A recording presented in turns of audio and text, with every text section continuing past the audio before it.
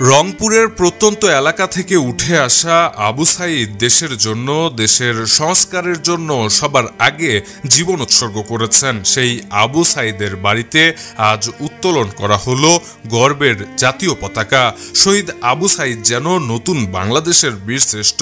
শহীদ আবু সাঈদের দরিদ্র বাবার উঠানে কবর দেওয়া হয়েছে শহীদ আবু সাঈদকে।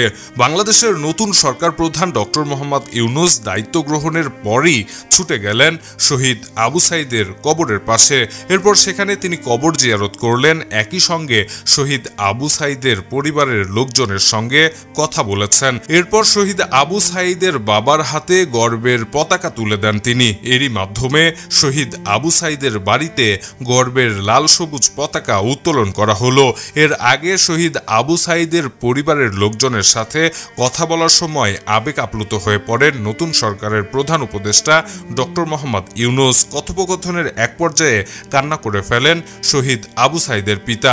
সে সময় আবেগ আপ্লুত হয়ে পড়েন নোবেল বিজয়ী অর্থনীতিবিদ ডক্টর মোহাম্মদ ইউনূস। আবু সাঈদের বাড়িতে জাতীয় পতাকা উত্তোলন করার পর আবারও প্রধান উপদেষ্টা ডক্টর মোহাম্মদ ইউনূস আবু সাঈদের কবরের পাশে যান এবং তার কবর ধরে দৃঢ় চিত্তে বলতে থাকেন, আবু সাঈদের বাংলাদেশে কোনো ভেদাভেদ থাকবে না। এই দাবি নিয়েই আবু সাঈদ রাজপথে নেমেছিল।